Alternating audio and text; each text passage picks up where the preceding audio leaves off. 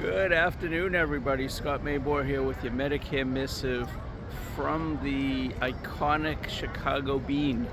So I am on my way to Wisconsin for long-term care training and have a night in Chicago. I have a couple meetings tomorrow, so figured I'd come in a day early. Today I wanted to talk about not getting screwed by your employer's retiree plan. So I spoke to a gentleman this morning from Logan, and his company offers him, as a retiree, a company-sponsored Medicare plan. Now, in the unaffiliated world, the public marketplace, you have basically two choices.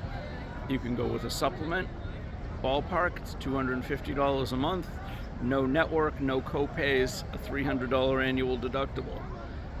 Drug coverage is additional and it is required.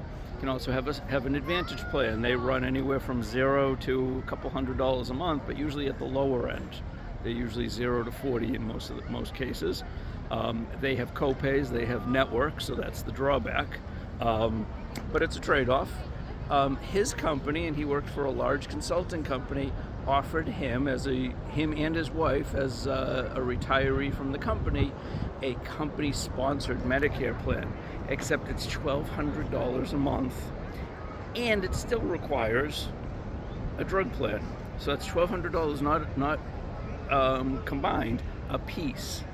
So when I say, are you getting screwed by your employer or your former employer, I see a lot of teachers, a lot of municipal employees. Some of the federal plans aren't as good as they used to be.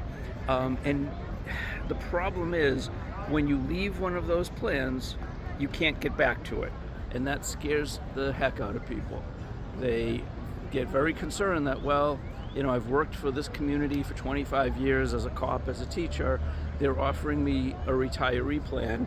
If I say no thank you, I can't get back on it. And that's absolutely true. But the truth of the matter is, do you want to be on it? If you can't get back on something that you're overpaying for, is that really a bad thing? In this guy's case, for $1,200, he could have effectively a supplement F.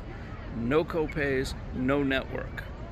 I could put him on a supplement G because he's not old enough for a supplement F in the outside world for $250 a month, be a little bit less the first couple of years. The only difference is, aside from being 20% of the cost, the only difference is he's going to have a $300 annual deductible. So add that back in.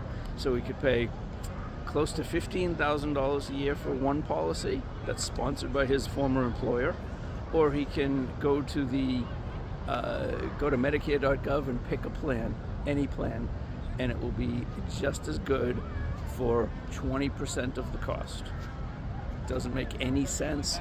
Don't fall into the trap that just because your former employer is sponsoring it means they have your back. They're trying to do something nice. They've set this up through a broker. The broker's offering it. Maybe it's good, maybe it's not. I guarantee it's good for the broker. May not be good for you. And quite honestly, the employer gets to say they offer something, but they've never looked at it. They don't really care. Quite frankly, you're not an employee anymore. They're offering something to be nice, to throw that on the list of benefits. But does it really help you or help the former employees? Not at all. He's probably going to go with the regular supplement. His wife will definitely go with the regular supplement and the drug plan. He may stay on their drug plan just to maintain that connection in case he ever does want to go back. That was like $150 a month instead of $20.